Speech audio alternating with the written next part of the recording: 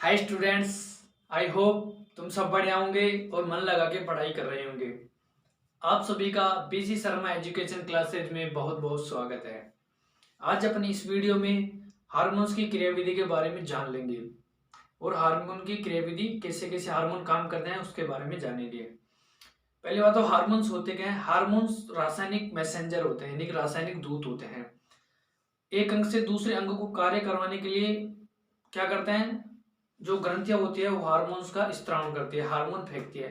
भाई अपने शरीर में कोई फोन थोड़ी है जो एक अंग फोन करके बोलेगा कि यदि ब्लड के अंदर ग्लूकोज का स्तर बढ़ गया है तो अग्नाशय की जो इंसुलिन हार्मोन होता है उसको थोड़ी बोलेगा भाई, भाई फोन करके थोड़ी बोलेगा भाई तू इसको जाके ब्लड के अंदर कम कर। नहीं, हार्मोन भाई अपने पास तो फोन है नहीं, तो फोन क्या है, हार्मोन से है जो एक ग्रंथि निकालेगी दूसरे ग्रंथि पे जाके वो काम करेगा, दूसरे टारगेट अंग पे जाके वो काम करेगा और उसको प्रेरित करेगा भाई तुझे ये काम करना है। ठीक है। तो उसी प्रकार जो हार्मोन्स होते हैं वो क्या करते हैं, जो इनकी जो क्रियाविधि होती है वो देखो स्टार्ट कहाँ से करते हैं अपन। देखो ये संवेदी सूचना है, कोई भी संवेदी सूचना ही दो प्रकार से काम करता है। संवेदी सूचना ही, अब जो संवेदी सूचना है वो सबसे पहले जाएगी सीएनएस के पास।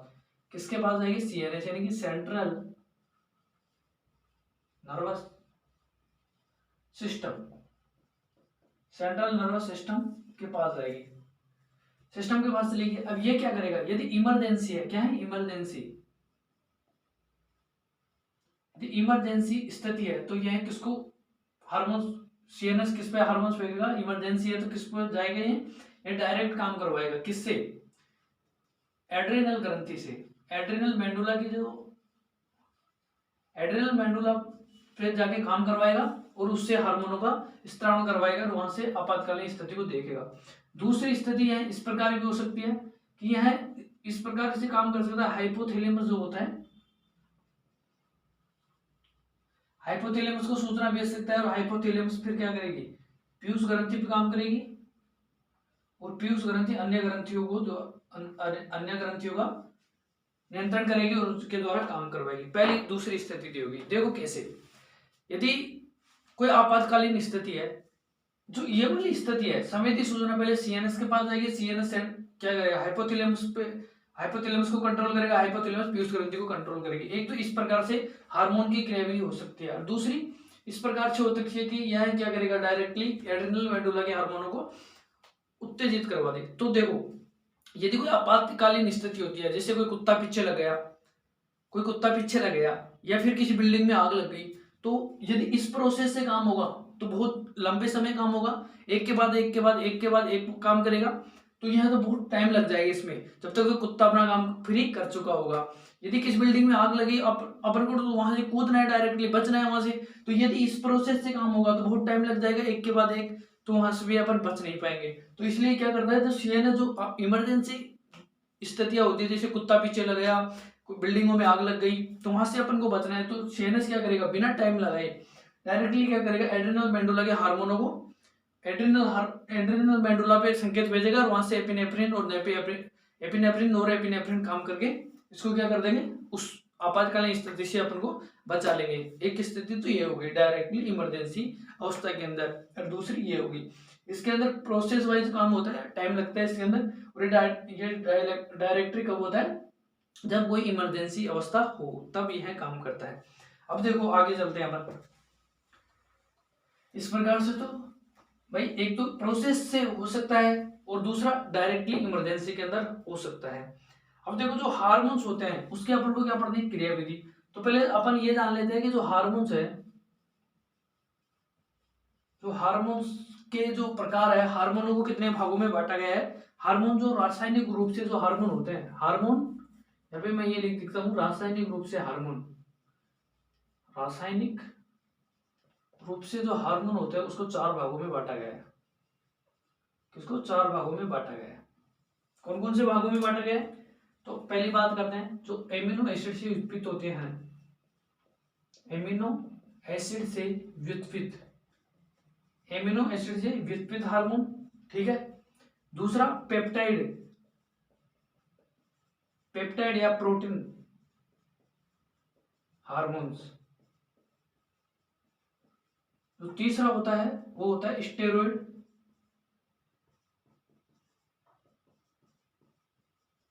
स्टेरॉयड हार्मोन्स, और जो चौथा होता है वो होता है आयोडो हार्मोन्स। कितने भागों में रासायनिक हार्मोन को कितने भागों में बांट गए? 4 भागों में।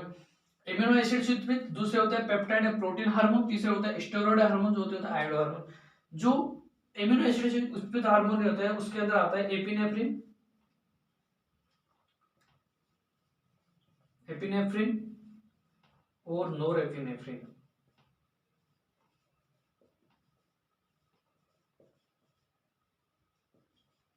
इसके अंदर अपना हाइपोथैलेमस,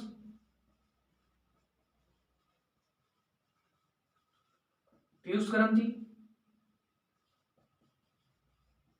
पिट्यूटरी ग्लैंड, अग्नाशय,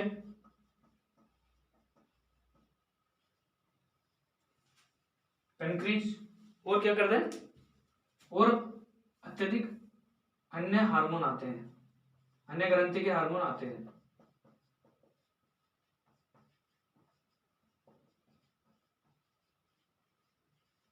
जो स्टेरॉयड हार्मोन होते हैं उसके अंदर एस्ट्रोजन, प्रोजेस्टेरोन, एस्ट्रोजन, प्रोजेस्टेरोन, और एस्ट्रोजन हो गया, प्रोजेस्टेरोन हो गया, और हो गया टेस्टोस्टेरोन, टेस्टोस्टेरोन। ठीक है, टेस्टोस्टेरोन, प्रोजेस्टेरोन हो गया। एड्रिनल कॉर्टेक्स की जो हार्मोन हो गई, एड्रिनल कॉर्टेक्स के, एड इत्यादि। और जो आयोडो हार्मोन्स होते हैं, आयोडो हार्मोन्स एक हार्मोन्स होते हैं थायरोक्सिन, थायरोक्सिन, एक थायराइड जो ग्रंथि से निकलने वाला हार्मोन होता है थायरोक्सिन, वो एक ही प्रकार का आयोडो हार्मोन्स होते हैं। यानी अपने क्या पढ़ा, अपने एक चीज पढ़ी कि जो हार्मोनों को रासायनिक रूप से 4 भागों में बांटा गया है। एक तो एमिनो एसिड से उत्प्रेरित हार्मोन है, दूसरे होते हैं पेप्टाइड या प्रोटीन हार्मोन, तीसरे होते हैं स्टेरॉयड हार्मोन, और चौथे होता है आयोडो हार्मोन। जो एमिनो एसिड से जो उत्प्रेरित हार्मोन है वो होते हैं एपिनेफ्रिन, नोरेपिनेफ्रिन। अगला जो होता है पेप्टाइड या प्रोटीन हार्मोन, हाइपोथैलेमस, पीयूष ग्रंथि का हार्मोन, अग्नाशय ग्रंथि के जो हार्मोन्स आते हैं वो इसी के अंदर आते हैं। अगला है steroid hormone, estrogen, progesterone, testosterone जो हार्मोन होता है, जो जनन अंगों से संबंधित हार्मोन है वो इसके अंदर आ जाते हैं जनन से। और आयोडो हार्मोन यानी कि जो थायराइड ग्रंथि से उत्पन्न होता है थायरोक्सिन हार्मोन, उसी के अंदर आ जाते हैं। अब अपन क्रियाविधि समझते हैं। तो सबसे पहले देखो, जो एमिनो एसिड से उत्पन्न हार्मोन और जो पेप्टाइड प्रोटीन हार्मोन्स होते हैं इनकी क्रियाविधि एक समान होती है। क्रियाविधि अपन अपन क्या समझे हैं, अपन को हार्मोन्स की क्रियाविधि तो समझना है, तो इनकी जो क्रियाविधि होती है वो तो होती है एक समान। ठीक है, और इन दोनों की, और जो ये दोनों होते हैं स्टेरॉयड, आयोडो हार्मोन, इन दोनों की क्रियाविधि होती है एक समान। अब किस प्रकार होती है वो अपन यहाँ पे समझेंगे। ठीक है, इसका स्क्रीनशॉट ले सकते हो। ओके ओके, अब देखो,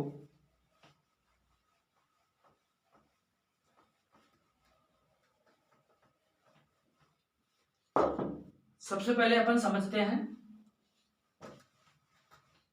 हमारा टॉपिक ही था हार्मोन्स की क्रियाविधि का। तो जो पहला अपन समझेंगे वो समझेंगे पेप्टाइड या प्रोटीन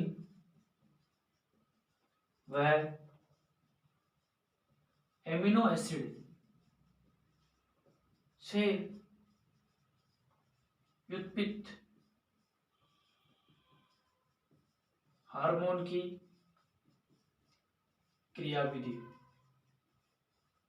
अब ये किस प्रकार की होती है, जो देखो ये अपने पास क्या है, जो पेप्टाइड हार्मोन या प्रोटीन या एमिनो एसिड जो उत्पन्न हार्मोन है उनकी क्रियाविधि अपन ने देखी थी एक समान होती है। तो किस प्रकार की होती है, ये अपने पास है इंसुलिन, क्या है, इंसुलिन हार्मोन है। इंसुलिन हार्मोन किससे स्रावित होता है, अग्नाशय ग्रंथि से। अब जो इंसुलिन हार्मोन है वो किस प्रकार का है, वो ध्रुवीय है। कौन सा प्रकार का है, ये ध्रुवीय हार्मोन है। और यह किस पे काम करेगा, और जो अपनी कोशिका झिल्ली है, अपनी कोशिका है, और कोशिका के ऊपर क्या है, कोशिका झिल्ली। और कोशिका झिल्ली किस प्रकार की होती है, अध्रुवीय। कोशिका झिल्ली किस प्रकार की होती है, वो होती है अध्रुवीय प्रकार की, अध्रुवीय प्रकृति की होती है। और अपना इंसुलिन हार्मोन किस प्रकार का है, ध्रुवीय प्रकृति का अपना इंसुलिन हार्मोन है।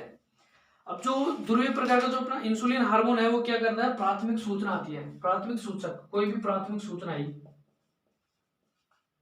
प्राथमिक सूचक है। देखो किस प्रकार, अपन को लगी प्यास, क्या लगी, प्यास लग गई साहब। अब अपन गए दुकान पे, शॉप पे गए और कोल्ड ड्रिंक की बोतल ले ली, अपन ने कोल्ड ड्रिंक की बोतल झट से गटाक से पी गई, भाई अपन की तो प्यास तो बुझ गई, पर अब इंसुलिन देखेगा कि भाई ये क्या आ गया, एक एक जो कोल्ड ड्रिंक की बोतल होती है 2.5 लीटर की, उसके अंदर 50 से ज्यादा शक्कर की चम्मचें होती है, एक बोतल के अंदर 50 से भी ज्यादा चीनी की चम्मचें से ज्यादा भी शक्कर होती है। तो अपने क्या किया, इंसुलिन का काम बढ़ा दिया।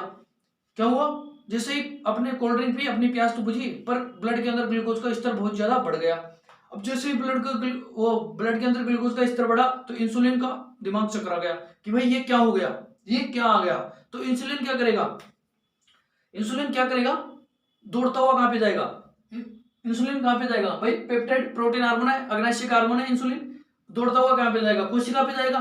कोशिका को क्या संकेत देगा, कोशिका को ये तो संकेत देगा भाई ग्लूकोज, ब्लड के अंदर ग्लूकोज का स्तर बहुत ज्यादा बढ़ गया है, उसको कम करना है। तो एक किस प्रकार देगा, देखो उदाहरण लेके अपन समझ रहे हैं, किसका, इंसुलिन का उदाहरण लेके समझ रहे हैं। प्राथमिक सूचक है इंसुलिन हार्मोन, ध्रुवीय प्रकृति का होता है, और कोशिका झिल्ली अध्रुवीय प्रकृति की होती है। अब ये क्या करेगा, यह जो सूचना लेके जा रहा है, प्राथमिक सूचक के रूप में इंसुलिन काम कर रहा है, किसके रूप में काम कर रहा है, प्राथमिक सूचक के रूप में इंसुलिन काम कर रहा है। अब इंसुलिन गया कोशिका के पास, लिवर के पास गया और पेशियों के पास गया, और उनका जाके दरवाजा खटखटाया, इंसुलिन वो लिवर एडिपोज और पेशिया खुलो खुलो खुलो, वो नींद से क्या है भाई, क्या हुआ क्या हुआ। तो इंसुलिन ने बताया कि भाई ब्लड के अंदर ग्लूकोज का स्तर बहुत ज्यादा बढ़ गया है और कुछ करो आप। तो क्या करेगी कोशिका, बताएगी भाई तुम हमारी बिरादरी के नहीं हो, तुम ध्रुवीय प्रकृति को, हम अध्रुवीय प्रकृति के, हम तुम्हें अंदर आने नहीं देंगे, हमने आपकी बात सुन ली है और अंदर किसी को बताते हैं, आपका काम हो जाएगा, आप जा सकते हो। तो क्या किया इसने, क्या किया यहाँ पे एक फिर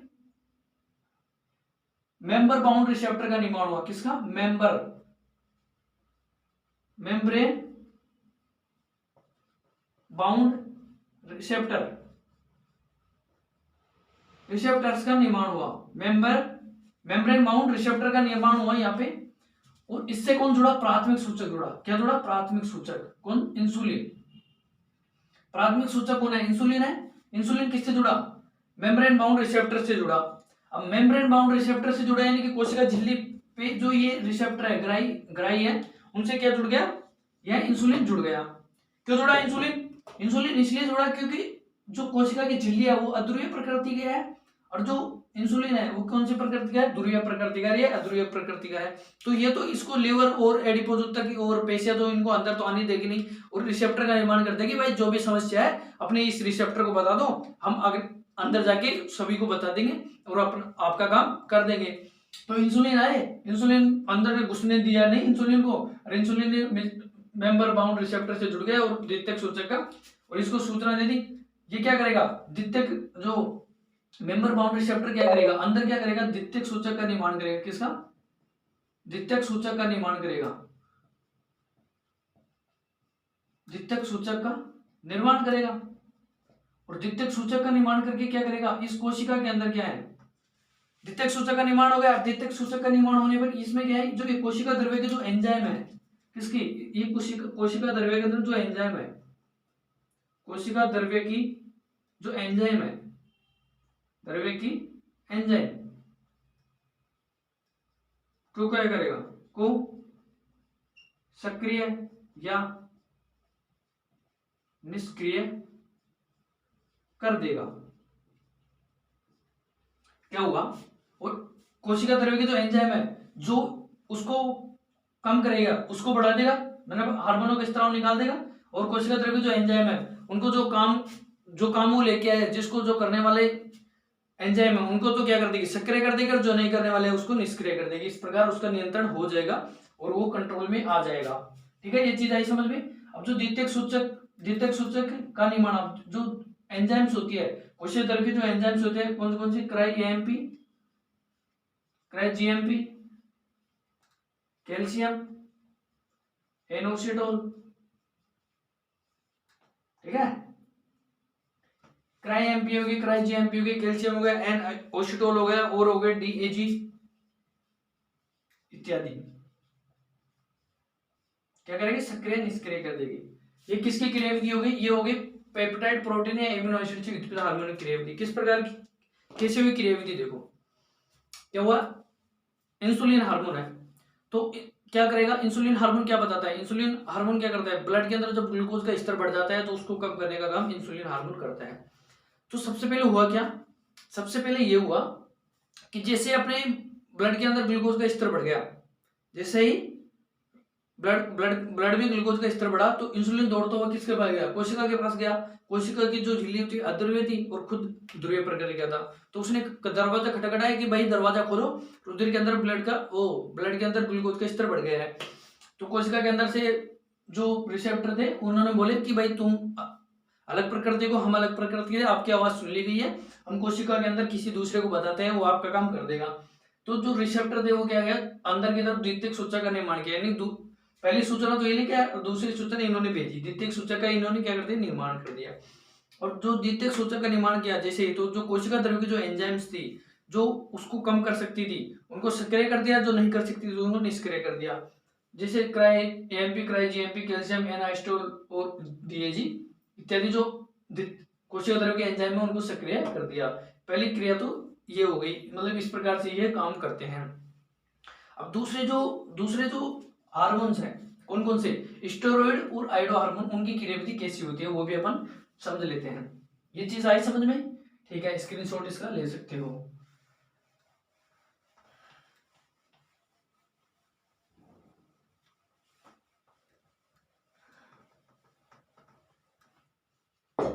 दूसरा देखो, दूसरा कौन सा है अपना? दूसरा है अपना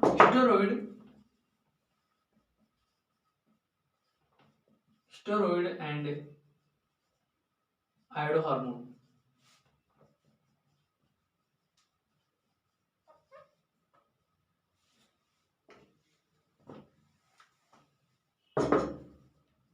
आइडो हार्मोन की क्रिया विधि। अब देखो ये काम किसे करता है? स्टेरॉइड हार्मोन एंड आइडो हार्मोन की क्रिया विधि। अब हुआ क्या? स्टेरॉइड हार्मोन के अंदर हुआ क्या? जिसे अपना है कौन सा? सबसे अपने पहले हुआ क्या? ईस्ट्रोजन है। ईस्ट्रोजन अपन को पता है इसकी प्रकृति कैसी है? अध्रुवीय प्रकृति का है ईस्ट्रोजन। भाई कौन से हार्मोन है? स्टेरॉइड हार्मोन है, अध्रुवीय प्रकृति होती है। और ये अपनी कोशिका रही, किसी कोशिका, अरे भाई कोशिका पर ही तो काम करता है नहीं हार्मोन। ये अपनी कोशिका रही, ये रही कोशिका झिल्ली। स्टेरॉइड कौन सा होता है? कोशिका झिल्ली, जो कौन से प्रकार के है? अध्रुवीय प्रकृति के।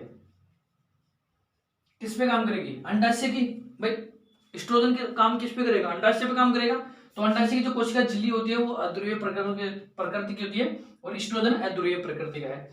तो स्टेरॉइड क्या किया? सूचना लेके अंड उत्सर्जन के लिए, अंड परिपक्व होने के लिए, ग्राफीन पुट्टिकाओं के परिपक्व होने के लिए स्टेरॉइड किसको सूचना देगा? अंडाशय की जो कोशिका उसको सूचना देगा कि भाई अपन को ये काम करना है, अंडाशय को परिपक्व करना है, ग्राफीन पुट्टिका को परिपक्व करना है। ठीक है, तो जैसे ये सूचना लेके यहाँ पे गया तो इसने क्या किया? जैसे दरवाजा खटखटाया और अंदर से दरवाजा खुला तो देखते ही, अरे चाचा जी आप आओ, अंदर आओ, बैठो, क्या लेके आए हो, फटाफट बताओ।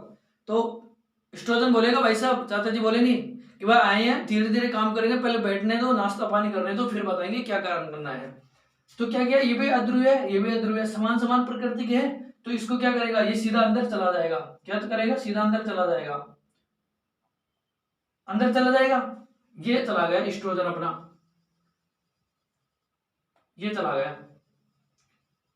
ठीक है, अंदर चला गया और आराम से काम करेगा, धीरे धीरे काम करेगा, जल्दबाजी कुछ भी नहीं करेगा, जल्दबाजी कोई भी काम नहीं करेगा ये। और जो ये है इंट्रासेल्युलर, क्या है? इंट्रासेल्युलर रिसेप्टर का, इंट्रासेल्युलर रिसेप्टर का निर्माण हो जाएगा। किसका निर्माण हो जाएगा? इंट्रासेल्युलर रिसेप्टर का निर्माण हो जाएगा। ये इंट्रासेलुलर रिसेप्टर है, इससे क्या करेगा, एस्ट्रोजन जुड़ जाएगा। अब एस्ट्रोजन क्या करेगा भाई, अपन चाचा जी क्या बोलेंगे, एस्ट्रोजन क्या बोलेंगे भाई, अपन अंदर आए हैं तो कुछ बड़ा करके जाएंगे भाई अपन तो ये क्या करेंगे, ये जो केंद्रक होता है अपना, केंद्रक के अंदर ये अपना डीएनए पड़ा हुआ है,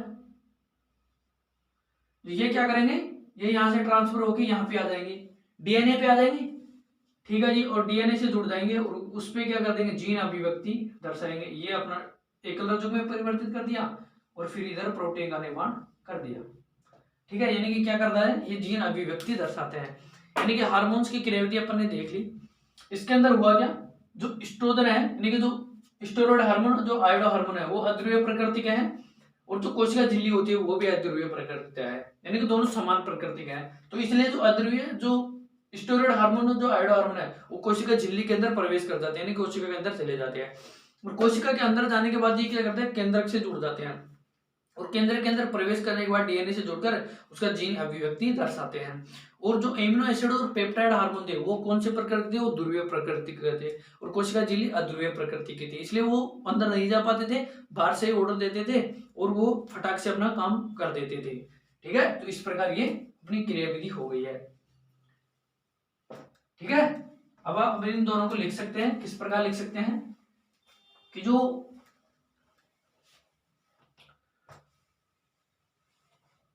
क्रियाविधि अपन ने पढ़ी है, क्या पढ़ा है अपन ने क्रियाविधि के अंदर, अपन ने क्या पढ़ा है, क्रियाविधि के अंदर पढ़ा है यह हार्मोन,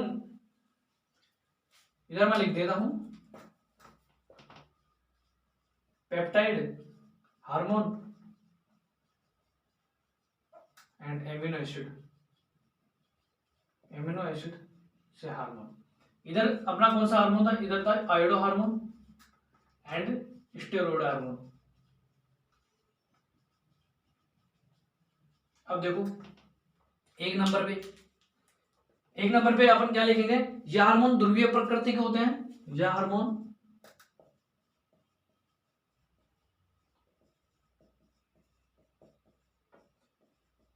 ध्रुवीय प्रकृति के होते हैं, अतः इन्हें मेम्ब्रेन बाउंड रिसेप्टर की आवश्यकता पड़ती है,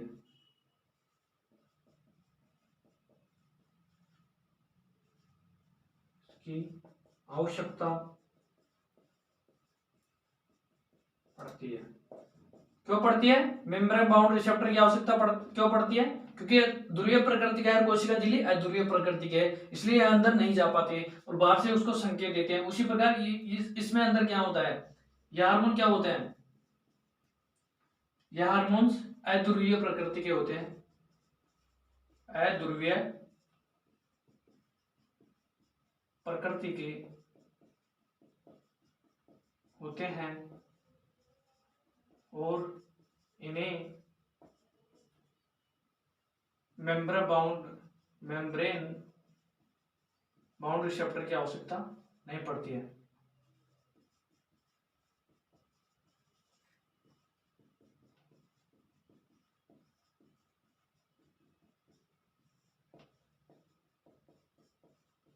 नहीं पड़ती है। दूसरा क्या होना, द्वितीयक सूचक का निर्माण हो रहा था, द्वितीयक सूचक का निर्माण होगा, द्वितीयक सूचक का निर्माण होगा जब तो अंदर सूचना जाएगी, इसके अंदर द्वितीयक सूचक का निर्माण नहीं होगा, द्वितीयक सूचक नहीं बनेगा, द्वितीयक सूचक नहीं बनेगा। क्या बनेगा इसके अंदर बनेगा इंट्रा सेल्यूलर रिसेप्टर, इसका निर्माण, इसके अंदर द्वितीयक सूचक का निर्माण होगा, उसके अंदर द्वितीयक सूचक का निर्माण नहीं होगा, और उसके अंदर होगा क्या होगा, इंट्रासेल्युलर रिसेप्टर का निर्माण होगा जो हार्मोन से जुड़ पाती है, ठीक है। इसका जो कोशिका कार्य है, इसका जो कार्य होता है, कार्य कोशिका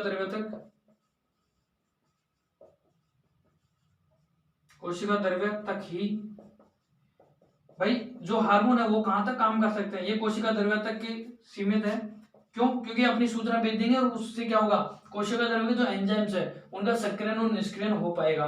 लेकिन जो ये हार्मोन्स है, जो इनका जो कार्य होता है, इनका कार्य केंद्रक, इनका कार्य क्या होगा, ये क्या करेगा, इनका कार्य क्या होगा, इनका कार्य केंद्र तक होगा। कैसे?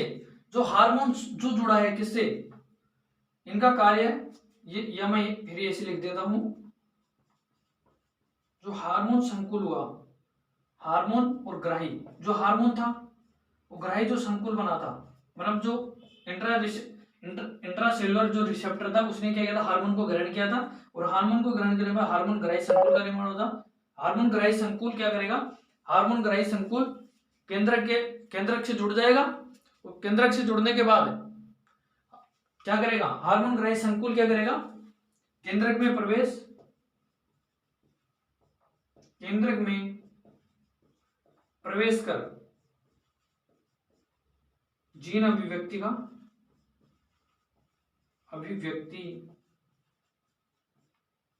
का नियमन करता है।